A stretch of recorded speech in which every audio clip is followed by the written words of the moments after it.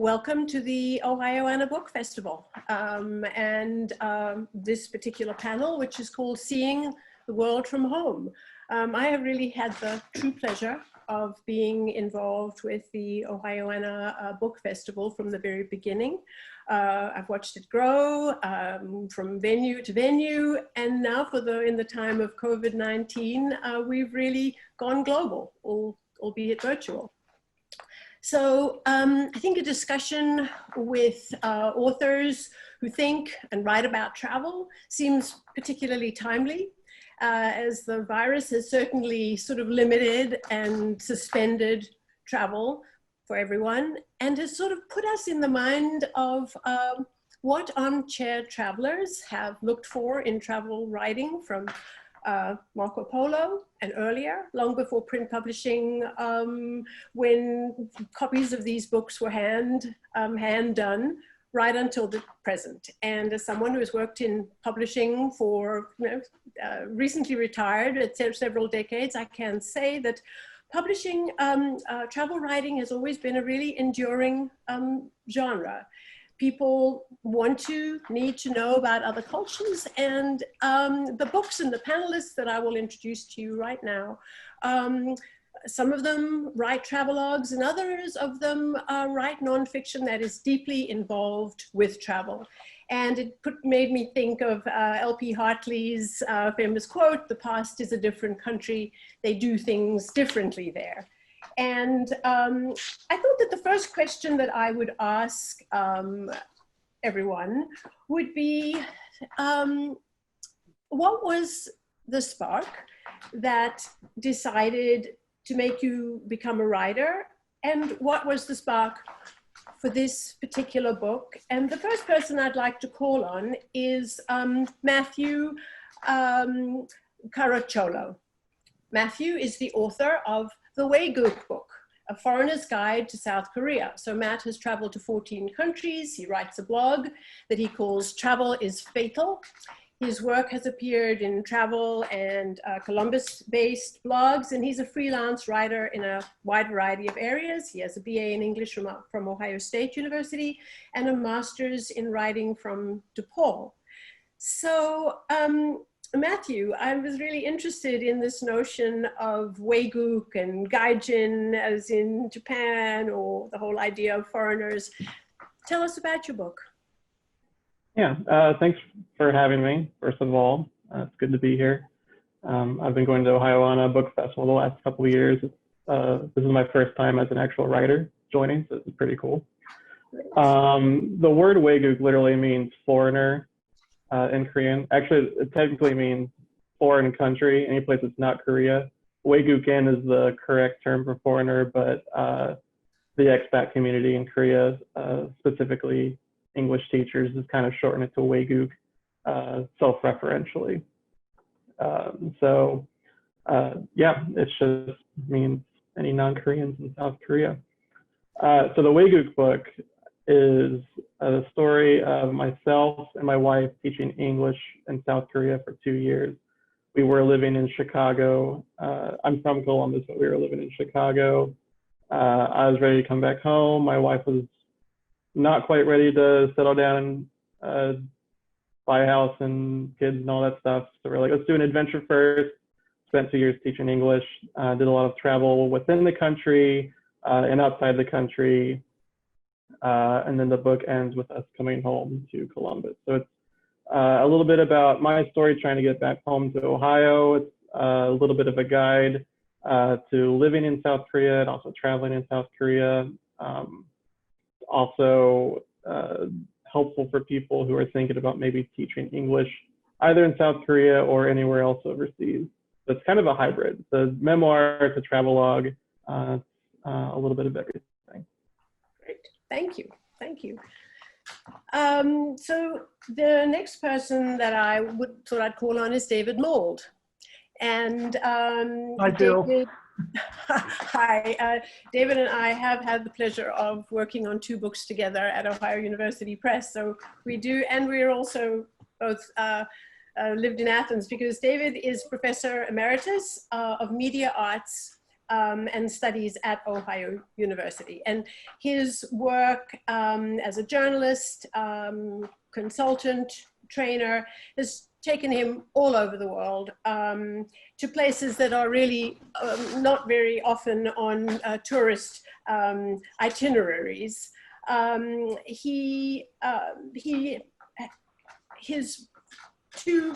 two books that I know best are, the first one is Postcards from Stanland, Journeys in Central Asia.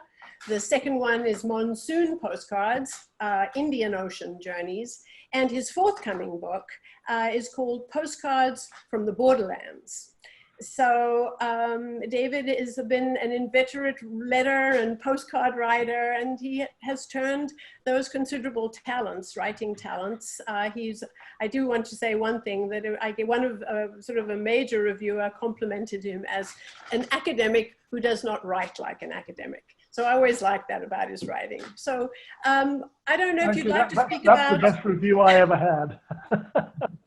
I wasn't sure if you wanted to speak about Monsoon, so yeah, what was the spark that made you decide to, sort of get down to the business of writing books? Okay, yeah. Well, I call myself an accidental travel writer, really, because this kind of just happened. I've got background as a newspaper reporter and as a TV journalist, and then I had a 30-year career in academia. Fortunately, my academic career did not ruin my writing. I think it ruins a lot of people's writing styles as they become more and more obscure on narrower subjects. To me, I just broadened out.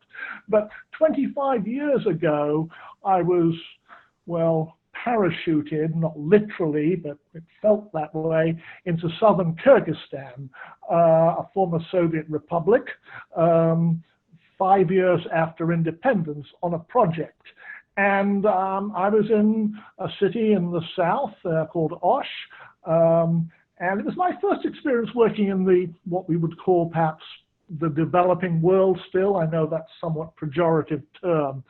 And while I was there for a month, I wrote about what I experienced, the daily life. I mean, I was just in a very, very unfamiliar place in a challenging situation.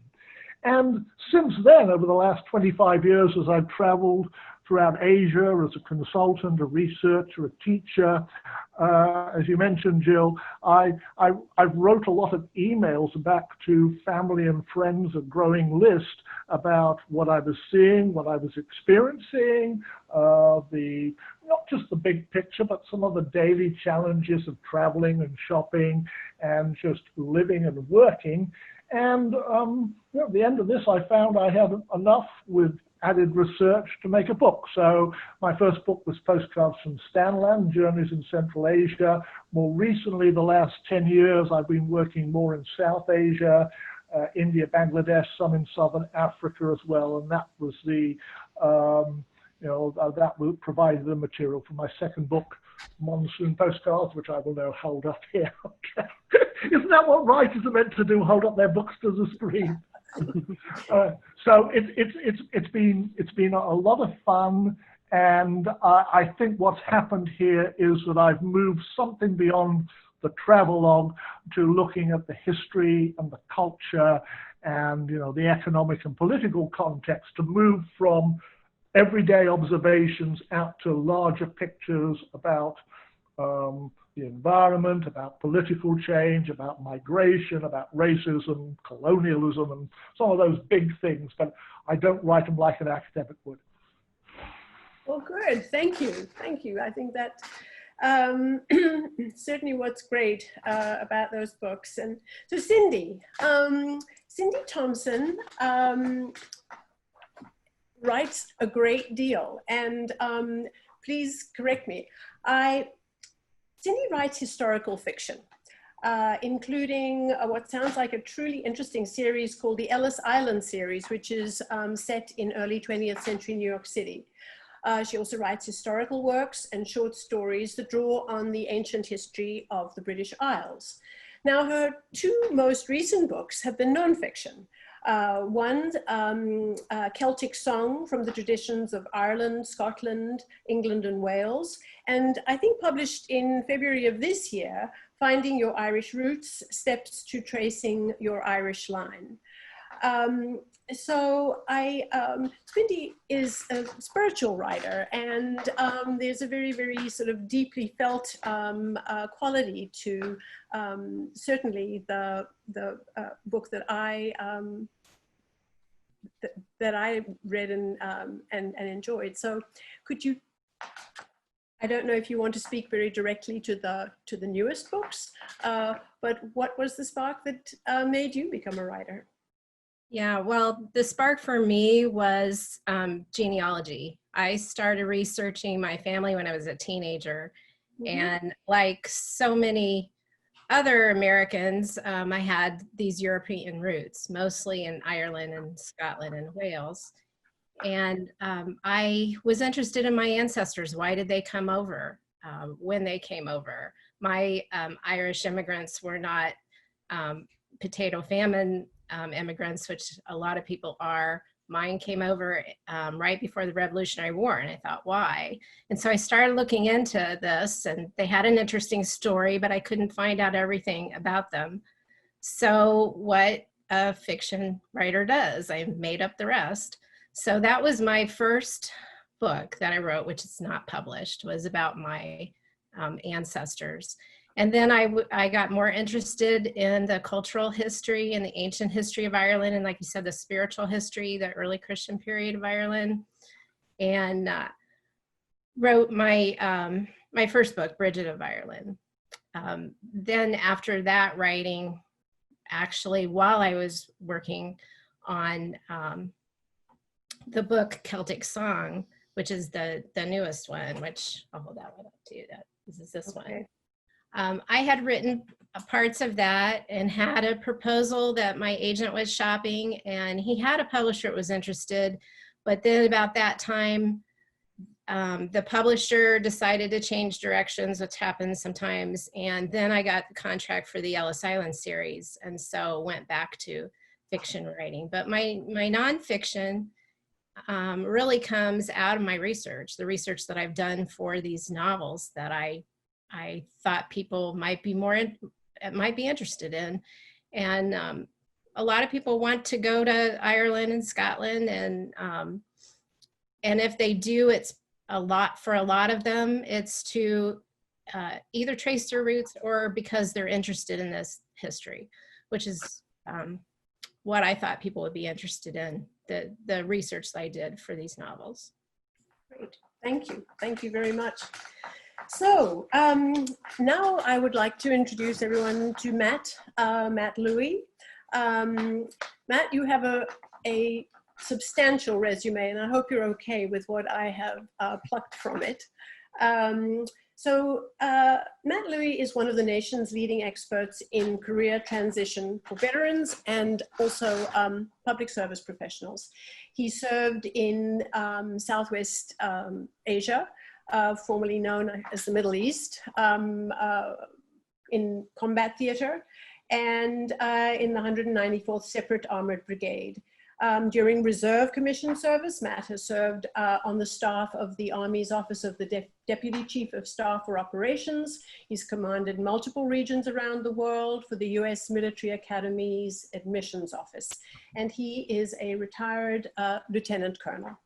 Matt holds an MBA in Operations and Finance from the Kelley School of Business at Indiana University, a BS in Mechanical Engineering from West Point, and he's a graduate of the U.S. Army Command and General Staff College.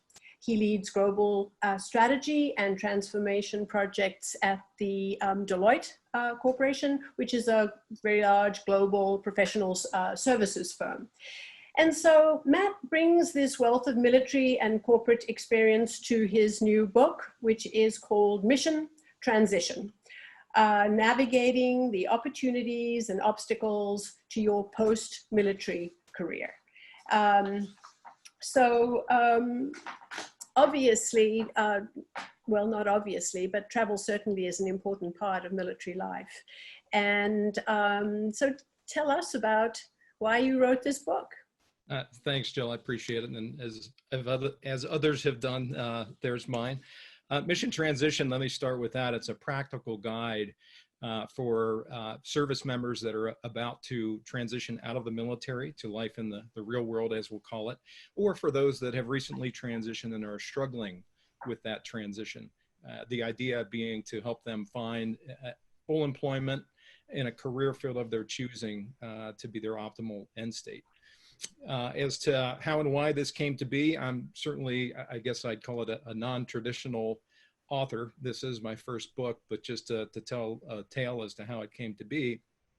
When I left active duty a couple of decades ago, there was really very little support by way of helping individuals matriculate from the service to communities all around the country. And so I wasn't unique. Certainly every veteran of my generation had to essentially make it up as we went along. And I did, understanding that those coming behind me were struggling with a similar challenge. I reached back just on a one-on-one basis to help these individuals cross the transtherm. Over years, this process built upon itself, and I consistently received two pieces of feedback. One was a message of gratitude. Thank you for helping me, because typically people landed well coming out of the service. But second was, we need to find a way to scale this. There's 200,000 people leaving the service every year. Have you ever thought of writing a book? To which I would always scoff. David will get a kick out of this because I got a D in English my freshman year at West Point. I figured there's no reason for me to be drafting books. Nonetheless, fast forward many years, and now I have classmates that have literally devoted their and their families' entire adult lives in service to the country. And in spite of a lot of additional support coming their way in terms of mandatory courses, they were still largely left fending for themselves. And my thinking was, if this is happening to my West Point classmates, just think of what the rest of all of the enlisted people are struggling with coming out. And so that, your question deals with the spark. To me, that was the spark, the anger that this stops now. And finally take the advice that had been given to me for all these years and to put to paper what I've been telling people, coaching people on an individual basis for years. So there you have it. Well, good. So, speaking about, some people always knew they were going to be writers and others just sort of fell into it. I just thought I would ask you, just put your hand up if you, want to answer this, is if you have favorite writers, travels or otherwise, that have influenced you in the kinds of writers you've wanted to be. Anyone like Matthew? So I didn't really read or write travel writing until we went to Korea. And I honestly don't remember how I happened upon Bill Bryson, but I did. Mm-hmm. And I would say the Wayguk book is, I'm not a 60-year-old grumpy man hiking the Appalachian Trail, but the tone is somewhat similar when it comes to inserting relevant, historical or cultural facts that kind of color my current situation. I would say that was heavily inspired by Bill Bryson's style. I would say he's certainly my favorite travel writer. And I'll hold my book up because I missed my cue. Yes, thank you. Thank you. David? I will absolutely echo Bill Bryson, and I'm closer to being a 60-year-old man trying to hike the Appalachian Trail. No, Bryson, Bryson would be one of my aspirational writers in the way he is able to combine the experience of travel told very humorously with some broader lessons. I mean, I would also pick out Paul Theroux, obviously, Pico Iyer, I think, who's a tremendous writer, Colin Thubron, the British writer, and some others as well there. But those who go beyond, what some people view as travel writing, which is hotel and restaurant and beach recommendations, to use their travels to explore the culture, explore the history, and also just the experience of travel itself. One of my favorite quotes is from another travel writer, Thomas Swift, who wrote, I've quote this often. He says, "Travel is only interesting when things go wrong." Right? So if you have a perfectly normal, no delays, no problems, no issues with bureaucracy, there's nothing worth writing about at all. So, but those are the kind of writers I like, who can go beyond, what as a tourist would see and what pictures people would take to explore history, politics, culture, all of that. Good, thanks. Anyone else who would like to? Cindy. Moving a little bit away from books, but I follow a lot of people on Twitter. I find that a good way to get some information, and some of them have blogs. Just to mention a couple, like Irish Central, Irish Fireside is a good one, and I have written some for that blog with the outlook of history and how we would travel to these historical places. So that's a couple. There's a lot more, but that's one way to Right. follow writers. Sure. Matt? I would just add, from a military standpoint, our peers that had been stationed in other parts of the globe and had already been there were always great guides for us in terms of experiencing those locales, whereupon we landed there, whatever our duty station would be. Again, the locals would help, but guides such as Rick Steves, getting away from yeah. but, he's always been a good guide for lots of local things. So I thought I'd move on to the question about the sort of the research for these sorts of books.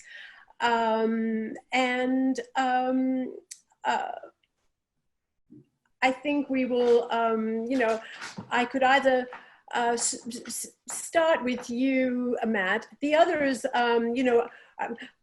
what I was sort of getting at is, to what extent do you do your research at home in a variety of, libraries and conventional research methods, and to what extent do you feel that you absolutely have to travel, that you have to be there, and that sort of balance.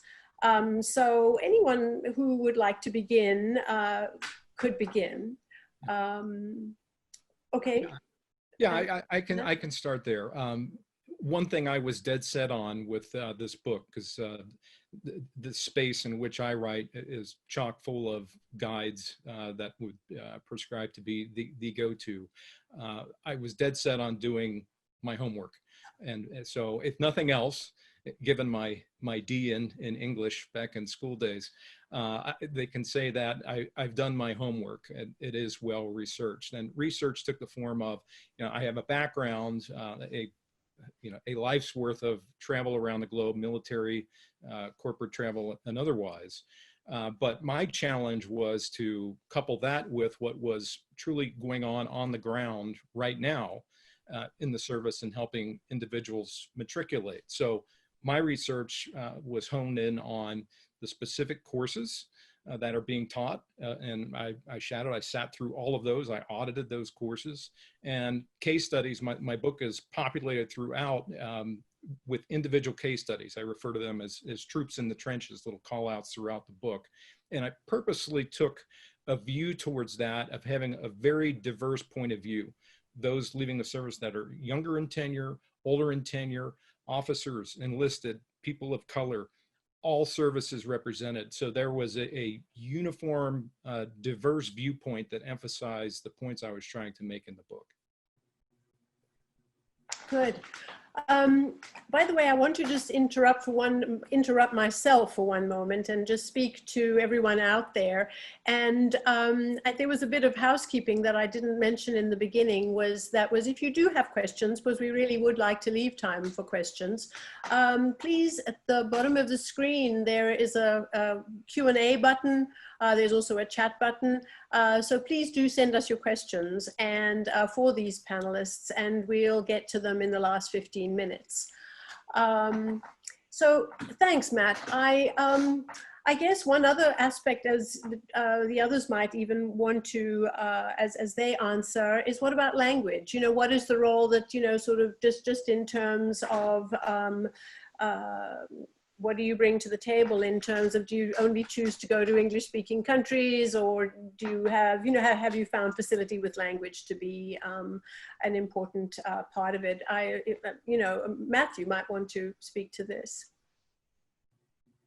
Yeah. Well, the good thing about speaking English is that English has become probably the most used travel language in the world, not just for the United States, but all the English-speaking countries. So almost any place you go, you'll find some degree of English signage,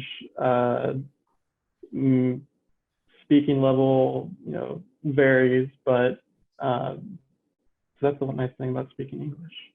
But in terms of a travel experience, if you're trying to immerse yourself in a different culture, the less English they speak, the more interesting the experience is going to be.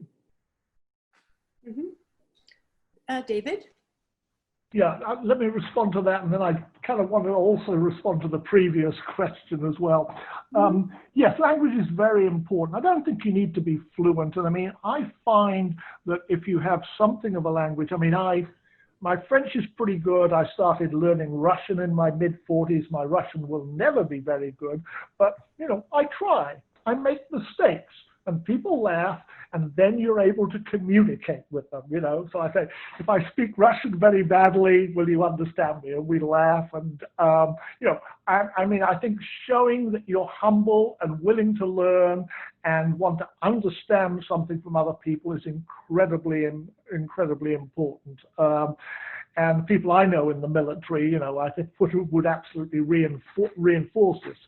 Back, though, to the question of research here. Mm-hmm. So for me, history is incredibly important. So I've traveled a lot in India and in Bangladesh. You cannot understand the Indian subcontinent without understanding what happened with partition of British India in 1947 and the subsequent liberation war in Bangladesh in 1971. Now, I can't be in 1947. I can't be in 1971. I don't attempt time travel. So for me, the historical research, which can include interviews with people who, I mean, I've got colleagues who whose parents went through partition and things like that. So a mixture of primary and secondary sources and interviews is very, very important to put my kind of everyday experiences and impressions into that context. So research is very, very, very, very important. And so I will go to museums in the country. I will talk to people. I'll find some historian at the university to explain something to me. I think that's very important. One more point on language. Let's say I speak French. I mean, my French was kind of rusty, and I went to Madagascar, and I was kept apologizing for my bad French there. And my colleague who speaks good Malagasy said, "Don't bother about that. French is not their language. It was a colonial language." Again, you know, something that sort of helps you to understand, you know, the relationship between a country today and its past. Sure, great. Cindy, how about, you know, I noticed that you had mentioned on your blog that there's a really thriving community of people who are interested from Ireland, and that there's a very big festival. I kind of knew about it, but as you reminded me. So what kind of research do you do for your fiction and nonfiction? Well, I could echo a lot of the things that David said. But research is what I love. I could spend too much time maybe researching and not get the writing done just because I enjoy it so much. But I also don't want to sound like an American who thinks that she's Irish. So I know a lot of Irish people, and I want to get their perspectives. And the museums that I've been to are fascinating, and I spend a lot of time with that. Of course, reading books, just asking questions, because I'm a curious kind of person, really helps with my research. And the question about language, yes, I've been to these English-speaking countries, but that doesn't mean I understand everything that they say. You know, you should know when you go to Ireland or England in your car, what's the boot and what's the bonnet, you know, that, and it's fun learning those different cultural things. Yeah.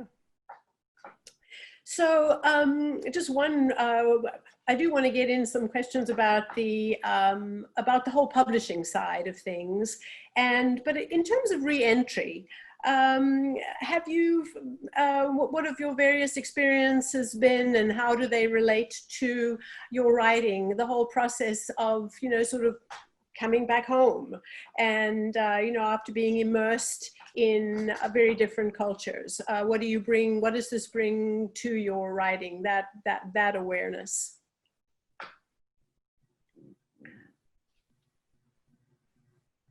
David?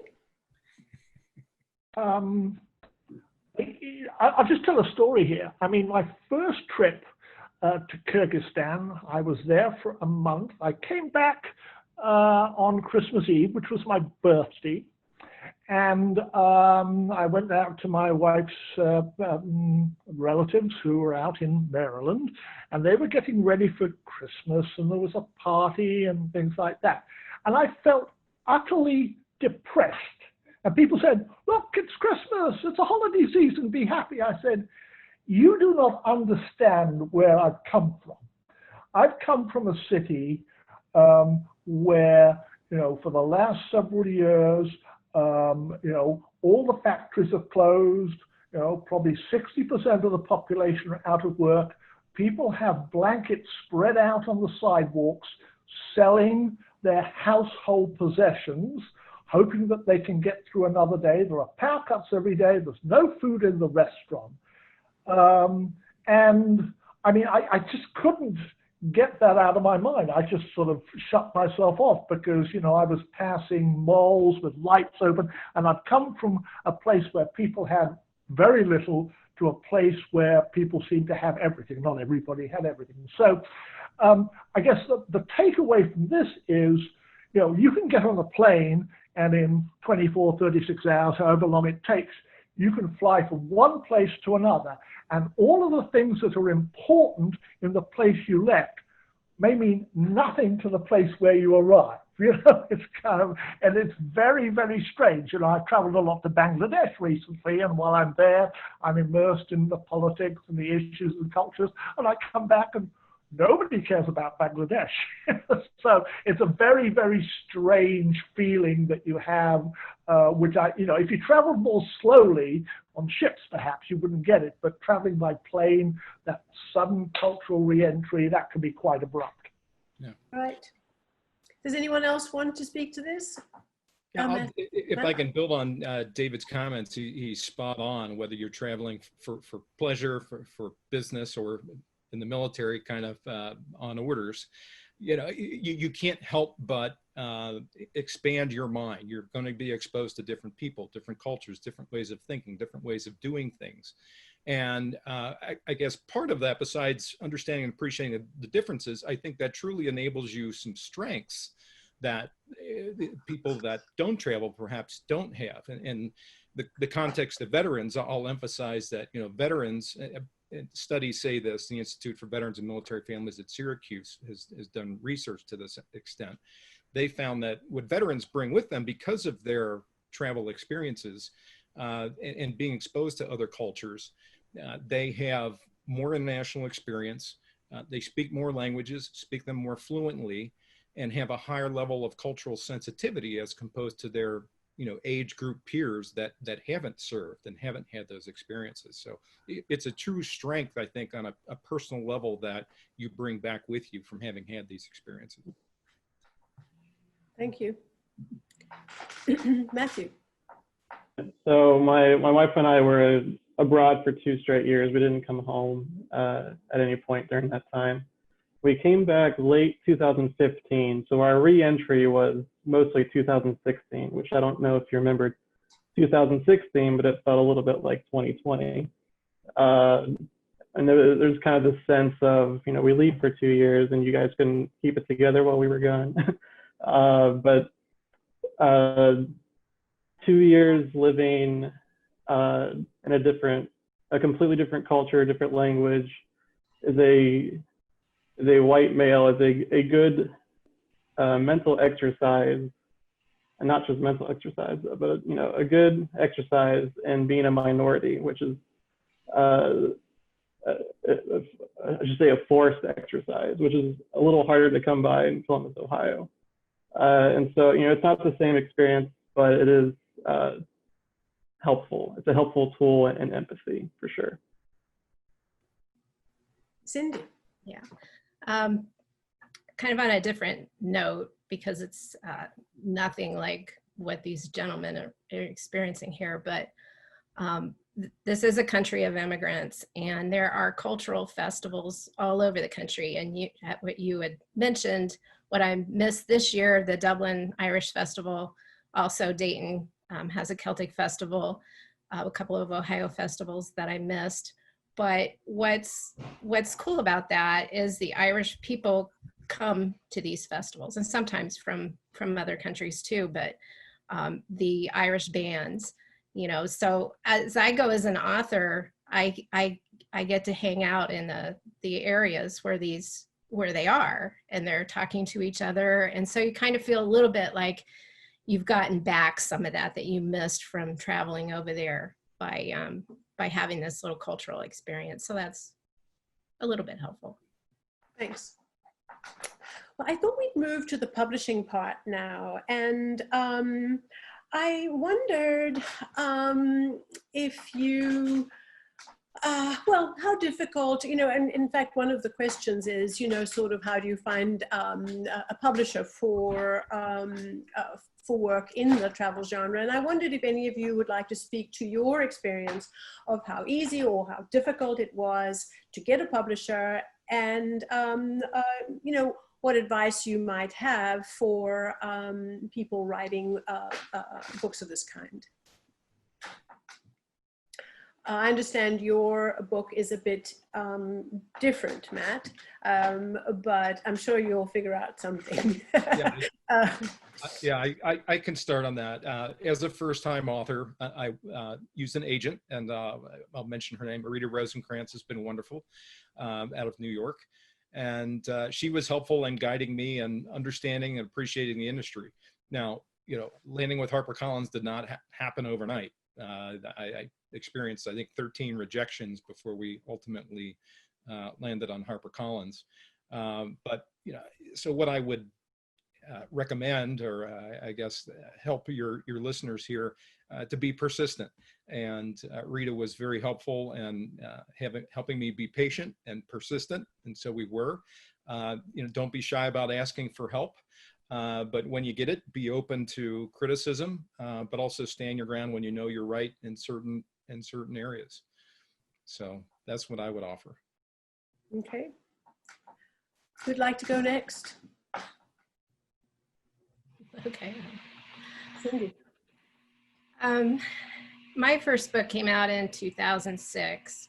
So I've had a combination of traditionally published books and then books that I've done independently or with a small press.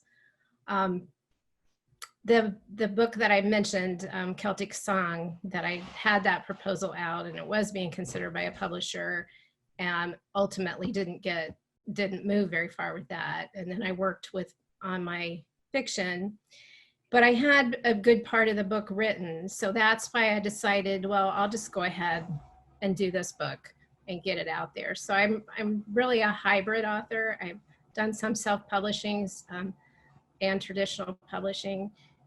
It isn't easy.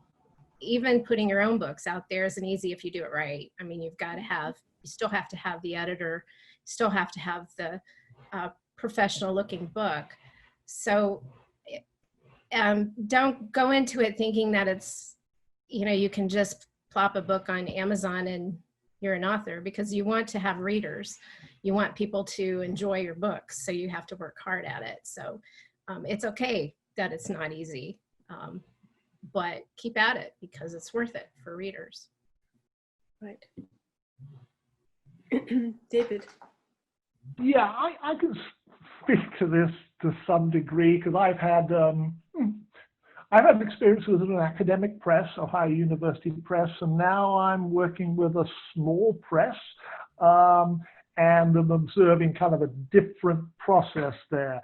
I mean, I'm jealous of Matt having an agent. You know, I mean, simply getting an agent is a big achievement. And Jill, I recall one conversation I had with you many years ago when I was thinking about my first book, and I think you said something to me like, well, you can go to New York and buy a lot of people lunch, and maybe you'll get an agent, or maybe you won't, or we'll publish it. You know, I mean, it was that's summarizing a little bit there, but you know, I mean, for many people, you know, getting an agent, getting a big publisher like HarperCollins, is a huge achievement. Now, you know, I want to write.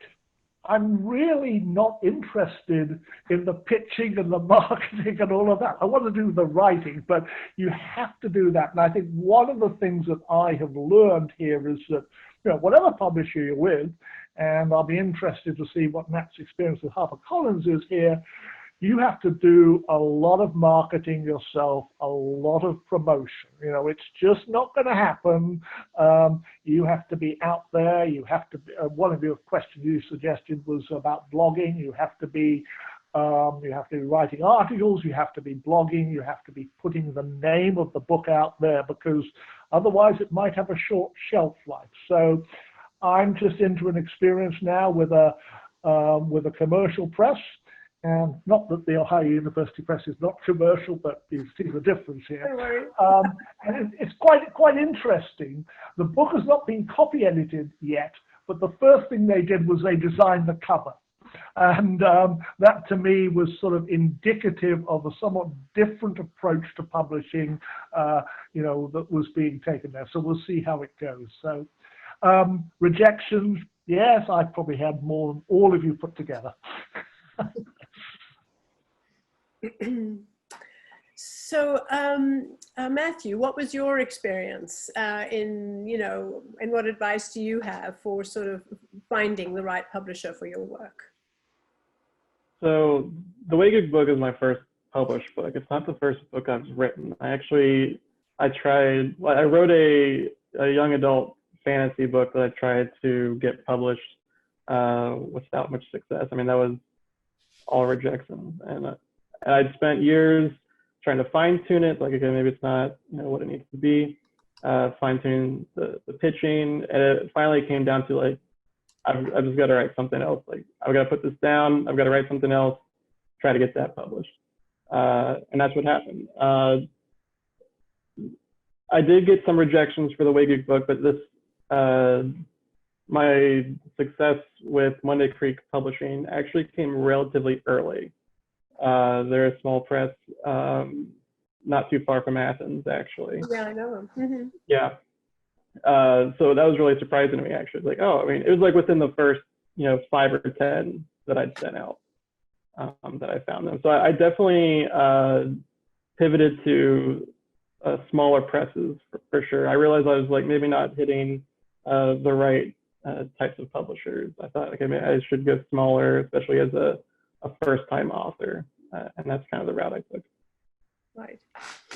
So I guess a very important part of finding a publisher is, of course, sort of the selection process, deciding on aspirational, realistic, all these different sort of criteria. But in forming your pitch, whether you did it with an agent or you wrote your own proposal, I know that, sort of as a publisher, the kinds of things that were very, very important were a clear expression of who the audience for the book will be. You can't, people always talk about the general reader, and there's this guy, Michael Germano, who, Bill Germano, who always said, the general reader is very busy. You do have to have a sense of who you're writing for. And whereas a whole bunch of people might get your book and might be interested in it, you need to be writing for a very, very focused sort of group of readers. And I wondered, and then, you know, that links to this notion of the takeaway. What do I want my reader to really, what set of insights do I want my reader to sort of get out of this, to put, you know, the hands in their pockets and pull out, you know, anywhere from, you know, $20 to $60 or whatever it is to buy this book. There's so much available that's free and all this kind of thing. So, so what was your experience or difficulties or successes in writing that proposal?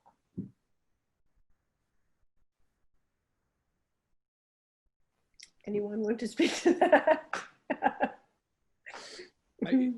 Well, I'll just, from my standpoint, with my experience, what helped in that regard, you know, besides all of the effort that I put into it and all the research and whatnot, was having experts in the field, you know, endorse the work and essentially speak on my behalf. I think from a publisher standpoint, that may have spoken more loudly than the quality of the content that I put forth. So that you were the right person to write this book, your qualifications. That's right. Yeah, that's another very important aspect of what one conveys, you know. Why should anyone, you know. Anyone else? Yeah, Matthew. So one of my target audiences is people that have either already taught English in South Korea, are doing it now, or are thinking about doing it in the future. So it's a continuously regenerating population. It's not a stagnant group of people. You know, next year, people who are not currently thinking of teaching English in South Korea may decide they might, you know, they'll think about it and then could find my book and use it as a resource. So I think identifying a non-stagnant portion of your target audience is helpful. Mm-hmm. Good. David. Yeah, I'm going to agree with Matt here that credentials are very important. Now, I don't have the same credentials that he does.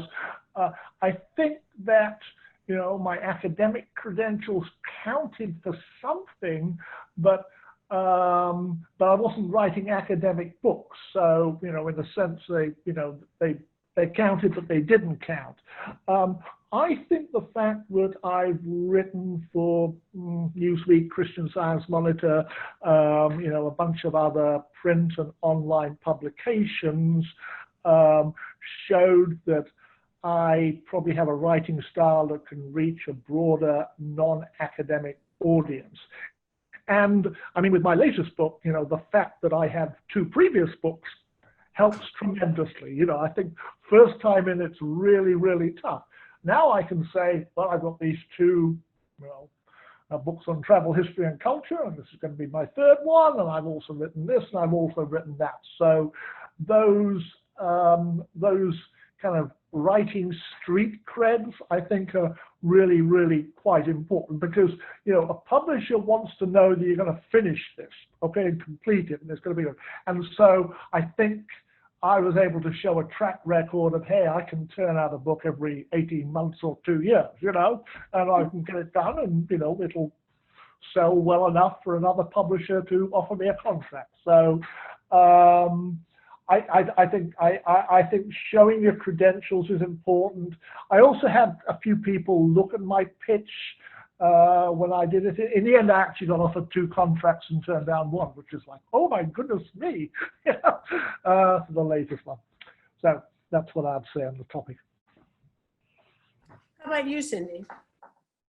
I would agree with everything that David just said, but also I would talk about how people are interested, especially a lot of mine is Irish based.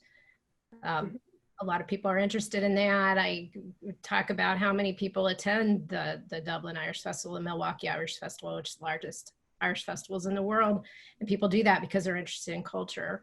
They're also interested in genealogy, especially now we've got DNA testing, and there's just a lot of interest in that. And I just kind of focus on that. I do speak to groups around the area that Dublin has tour groups come in and they're interested in the cultural stuff that I would talk about. The ancient saints of Ireland's popular topic. So things like that.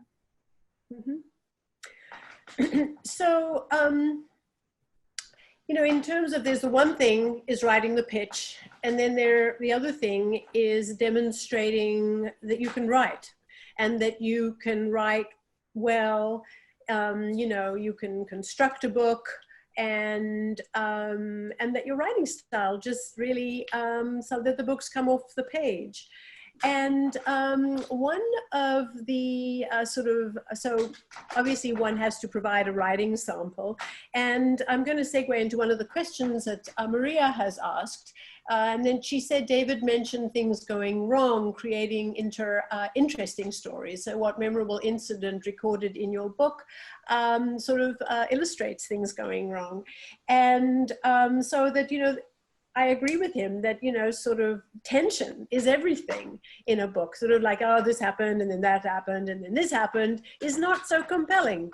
But yeah, David, do you have a particular example you could share with us of things going wrong? One that either made its way in, that made its way into a book or not, I guess. Yeah, okay. Well, I mean, I'll give you the opening story in Postcards from the Borderlands. And I've arrived at the airport in Almaty in southeastern Kazakhstan, trying to fly home. I've been there for a couple of weeks, and these two cops stopped me on the sidewalk, and they say, we want to see your papers. And they look at my passport and they say, your local registration has expired 2 days earlier. They said, that will be $100 fine. And I go, oh yeah, I mean, my Russian's reasonably good at this point. I said, you show me where it says it's $100 fine, because I bet under the Kazakhstan civil code, it's denominated in tenge, not in dollars. So we go into this office and they try to find the papers and stuff like that. Anyway, I said, I don't have $100. I'm lying, of course. And, you know, I give them $10 or something like that. We have a shot of vodka, and I get on my way. Now, that's the incident. You know, I handled it, you know, but to me that illustrates a couple of things. Firstly, you know, kind of the Soviet bureaucratic tradition that still exists. And secondly, the fact that customs officers and police are very, very poorly paid, and it is standard practice to extract what we would call bribes, but really are not considered bribes within that culture. Okay, so you know, you have an incident like that, and then you sort of think about it and process it to think about how what in the West would be considered bribery, and there's also nepotism as well, is actually pretty acceptable in a culture where people essentially have to hit up Westerners and other travelers to put food on the table. So that's something that went wrong. A lot of other things have gone wrong as well, but you know, one story will do. Okay.